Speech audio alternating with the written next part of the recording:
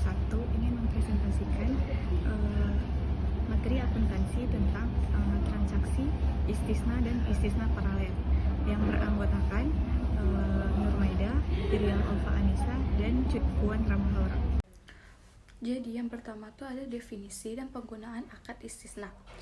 Akad istisna adalah akad jual beli untuk pemesanan barang sesuai kriteria yang diinginkan. Jadi akad ini tuh dia tuh melibatkan pembelian barang yang belum ada tetapi akan dibuat sesuai spesifikasi yang telah disepakati. Dan juga pembayaran dalam akad istisna ini dia tuh bisa dilakukan dalam beberapa cara, yaitu di awal atau saat akadnya lagi dibuat, yang kedua ada secara bertahap, ataupun setelah barang selesai diproduksi. Jadi barang yang dipesan dalam akad ini dia tuh biasanya tuh barang-barang manufaktur seperti peralatan, mesin, ataupun produk hasil produksi lainnya yang memerlukan proses pembuatan terlebih dahulu. Jadi saat ini tuh akad istisna masih jarang digunakan di bank-bank syariah di Indonesia. Jadi meskipun potensi ada terutama dalam sektor manufaktur dan konstruksi, dia tuh tetap jarang digunakan. Dan yang terakhir tuh menurut mazhab Hanafi, akad istisna ini dianggap sah ataupun boleh. Di Indonesia, ketentuan mengenai akad istisna juga telah diatur oleh Fatwa Dewan Syariah Nasional ataupun DSN. Jadi selanjutnya tuh ada rukun akad istisna. Yang pertama tuh ada transaktor. Jadi yang pertama tuh ada pihak yang terlibat. Jadi akad istisna ini dia tuh melibatkan dua pihak utama, yaitu penjual dan pembeli. Dan selanjutnya itu ada syarat-syaratnya. Jadi para transaktor dalam akad istisna ini harus memenuhi syarat tertentu, yaitu yang pertama balik, atau kedua belah pihak itu dia tuh harus sudah dewasa secara hukum atau mencapai usia baliknya. Besok ada berakal sehat. Jadi mereka harus dalam kondisi sehat secara mental, tidak ada keadaan gila atau memiliki gangguan mental. Dan yang terakhir itu tidak terpaksa. Jadi transaksi ini harus dilakukan secara sukarela tanpa adanya pemaksaan dari pihak manapun. Nah, kedua tuh ada objek istisna. Jadi barang dan harganya ini harus jelas dalam akad istisna. Barang yang dipesan dan harga yang disepakati itu harus sudah jelas saat akad dibuat. Spesifikasi barang seperti ukuran, bahan, dan kualitas harus disebutkan secara rinci agar tidak ada keraguan antara kedua belah pihak. Yang kedua itu ada penyerahan barang dilakukan kemudian. Jadi penyerahan barang tidak dilakukan langsung saat akad. Jadi itu dia tuh melainkan setelah barang selesai diproduksi. Bisa ada pembatasan bagi pembeli. Jadi itu pembeli tidak diperbolehkan menjual barang yang dipesan sebelum ia menerima barang tersebut. Hal ini tuh bertujuan untuk menghindari transaksi yang bersifat spekulatif dan memastikan bahwa barang benar-benar dimiliki pembeli sebelum diperjualbelikan. Yang terakhir tuh yang ketiga ada ijab kabul.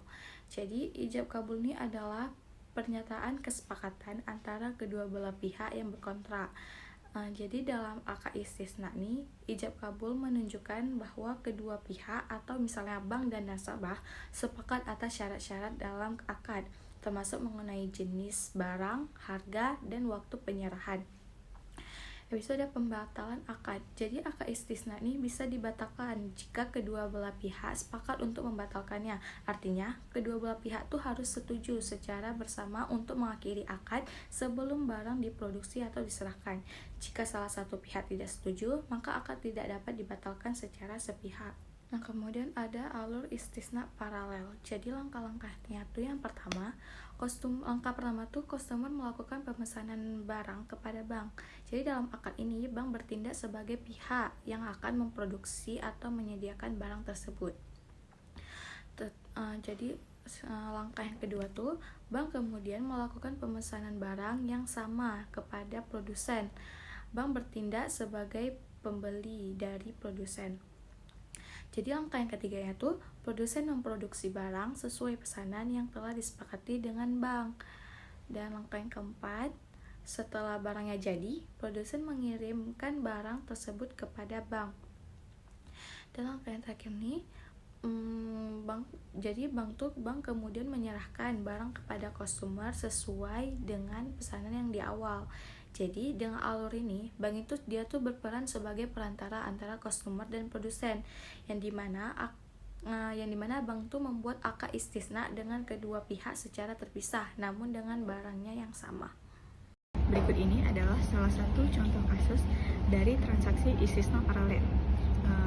Ceritanya pada transaksi istisna pertama,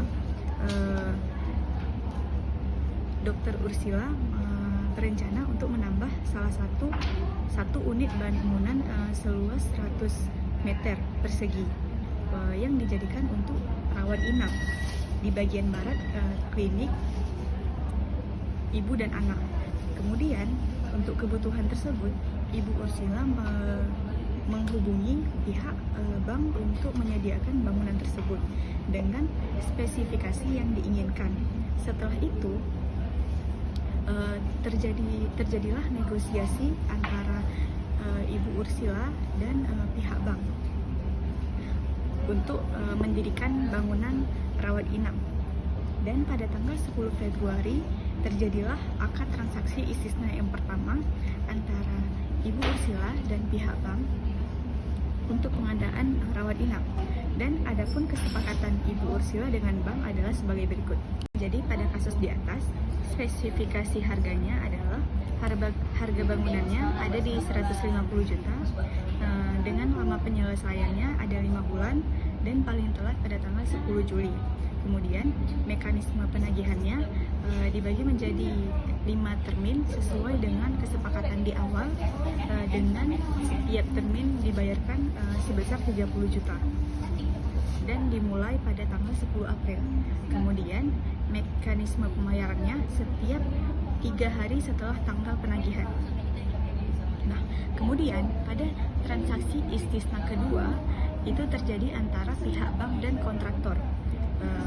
Untuk membuat bangunan sesuai dengan keinginan Dr. Ursila pada tanggal 12 Februari, tepatnya setelah akad dengan Dr. Ursila, Bank Berkah Syariah ini memesan kepada kontraktor PT Torik Konstruksi dengan kesepakatan harga bangunannya ada di harga 130 juta, lama penyelesaiannya 4 bulan 15 hari, dan paling lambat pada tanggal 25 Juni. Dengan mekanisme penagihan kontraktor dibagi menjadi 3 tahap, yaitu setelah 20% penyelesaian, setelah 50% penyelesaian, dan ketika 100% jadi. Dan mekanisme pembayaran oleh bank dibayar tunai sebesar tagihan dari kontraktor. Kemudian penjurnalan pada transaksi istisna berikut, yaitu pertama terjadi transaksi praakad, yaitu pada tanggal 5 Februari untuk mengeluarkan survei dari pembuatan desain bangunan yang akan dijadikan spesifikasi barang. Pihak bank mengeluarkan sebesar 2 juta dan jurnalnya sebagai berikut, yaitu beban praakad yang ditangguh 2 juta pada sebelah debit dan kas pada sebelah kredit. Jurnal kedua yaitu perjanjian antara bank dan nasabah, yaitu Dr. Ursila. Nah, Dr. Ursila dan Bank Syariah pada transaksi tersebut melakukan akad pada tanggal 10 Februari. Maka jurnal beban praakad menjadi biaya istisna dengan jurnal sebagai berikut, yaitu biaya istisna sebesar 2 juta di bagian debit dan beban praakad yang ditangguh di bagian kredit. Nah, kemudian jurnal pembayaran kepada kontraktor, pembayaran antara pihak bank dengan kontraktor. Seperti yang telah dijelaskan di atas, terbagi menjadi 3 tahap, yaitu setelah 20% penyelesaian yang terjadi yang ditagih pada tanggal 1 April dengan jumlah tagihan 26 juta dan dibayarkan oleh bank pada tanggal 8 April sebesar 26 juta. Kemudian pada termin kedua, setelah 50% penyelesaian, tanggal penagihannya itu jatuh pada tanggal 15 Mei dengan tagihan sebesar 39 juta dan dibayarkan oleh bank pada tanggal 22 Mei. Dan penagihan terakhir setelah 100% jadi yang jatuh pada tanggal 25 Juni sesuai dengan kesepakatan penyelesaian. dengan jumlah tagihan 65 juta dan dibayarkan oleh bank pada tanggal 2 Juli. Kemudian contoh jurnal transaksi penyelesaian setelah 20% yang terjadi pada tanggal 1 April. Yang pertama, aset istisna dalam penyelesaian sebesar 4 juta rupiah di bagian debit, kemudian harga pokok istisna 26 juta di bagian debit, dan pendapatan istisna sebesar 30 juta di bagian kredit. Nah, untuk mendapatkan nilai tersebut, caranya untuk mencari pendapatan istisna, rumusnya itu persen penyelesaian dikali dengan harga jual.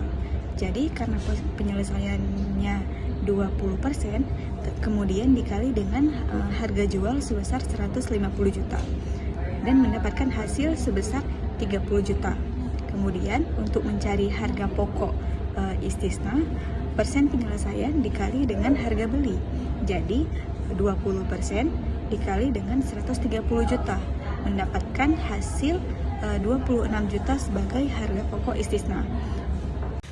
Baik, saya akan melanjutkan materi tentang jurnal transaksi penyelesaian 50%.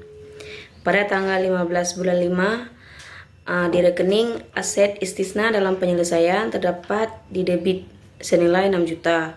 Harga pokok istisna terdapat di debit senilai 39 juta. Pendapatan istisna terdapat di kredit 45 juta. Keterangannya, pendapatan margin sama dengan persen penyelesaian kali harga jual sama dengan 50% kurang 20% kali 150 juta sama dengan 45 juta. Harga pokok istisna sama dengan persen penyelesaian kali harga beli 50% kurang 20% kali 130 juta sama dengan 39 juta. Aset istisna dalam sama dengan persen penyelesaian kali keuntungan istisna. Penyelesaiannya 50% kurang 20% kali 20 juta sama dengan 6 juta. Jurnal transaksi penyelesaian 100%. Tanggal 25 bulan 6, aset istisna dalam penyelesaian terdapat di debit 10 juta. Harga pokok istisna di debit 65 juta. Pendapatan istisna di kredit 75 juta. Keterangannya, pendapatan margin sama dengan persen penyelesaian kali harga jual sama dengan 100% kurang 50% kali 150 juta sama dengan 75 juta. Harga pokok istisna sama dengan persen penyelesaian kali harga beli sama dengan 100% kurang 50% kali 130 juta sama dengan 65 juta. Aset istisna dalam sama dengan persen penyelesaian kali keuntungan istisna sama dengan 100 kurang 50% kali 20 juta sama dengan 10 juta. Penagihan piutang pembeli. Tanggal 10 bulan 4, piutang istisna di debit 30 juta, termin istisna di kredit 30 juta.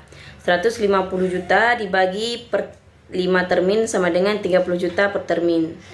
Tanggal 10 bulan 5, piutang istisna debit 30 juta, termin istisna di kredit 30 juta. Tanggal 10 bulan 6, piutang istisna di debit 30 juta, termin istisna di kredit 30 juta. Tanggal 10 bulan 7, piutang istisna di debit 30 juta, termin istisna di kredit 30 juta. Tanggal 10 bulan 8, piutang istisna di debit 30 juta, termin istisna di kredit 30 juta.